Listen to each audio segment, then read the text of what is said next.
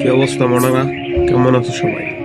মানে নিজের একটু মাঝে মধ্যে মনে হয় না যে নিজের খারাপ লাগে, বা খুব খারাপ একটা অবস্থানে আছি, বা কষ্টে আছি, দুঃখ কষ্ট শোক কত কিছু থাকে না, সবারই থাকে, জীবনে এটা থাকে। যদি বেশি মনে হয় হতাশাগ্রস্ত, তাহলে মাত্র পাঁচটা কাজ করবেন, মাঝে মধ্যে একটু সুযোগ নিয়ে কারো জানাজায় যাবেন, কারো মানে খাট, জানাজার খাট যেটা খাটিয়ে লাশের খাটটা টানবেন, কবর খুঁড়বেন, মাটি দেবেন, গোসল করার আশেপাশে যাবেন। তারপরে কেউ যদি ভয়ঙ্কর অ্যাক্সিডেন্ট করে হসপিটালে সোজাই ঘুরবেন, ভয়ঙ্কর অ্যাক্সিডেন্ট করলে তার একটু চিকিৎসা করবেন বা আশেপাশে যাবেন। তাহলে ভাই না জীবনের মনে করেন জীবনের প্রতি একটা তৃপ্তি চলে আসবে। আপনার ভিতরে হালকা পাতলা রোগ শোক থাকতে পারে, জীবনে অপূর্ণতা থাকতে পারে, অখুশি থাকতে পারে, একটু এইসব মানুষের কাছাকাছি থাকবেন, একটু ঘুরবেন, জীবনের প্রতি মনে করেন একটা অন্যরকম ভালোবাসা কাজ করতেছে।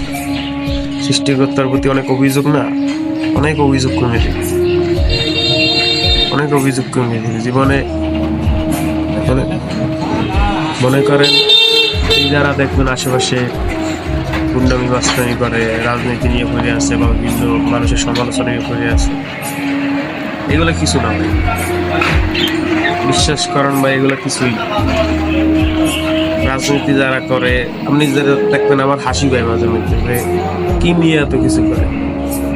আর জীবনে জায়গা অনেক হাজার হাজার বন্ধু বান্ধব, তাকে আসলে মূলত কেউ বন্ধু না, এটাই বাস্তব। জীবনে একজন দুজন বন্ধু থাকলে না যথেষ্ট, তাও যদি ভালো মানের হয়, সেই রকম হয়, আপনারা সাপোর্ট দেয় বা ওই পর্যায়ে হয়, ভালো কিছু করে, তাহলে ওকে দরকার, না হলে বন্ধু বান্ধব দরকার নেই।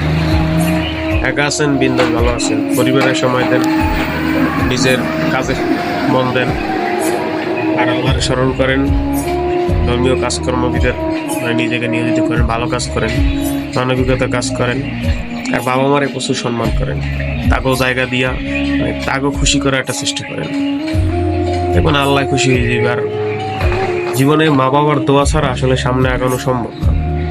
মা বাবা যে কি জিনিস, তাদের দোয়া যে কতটা জীবনে দরকার আছে, কতটা মানে কার্যকরী, এটা অনেকেই বুঝতে পারে।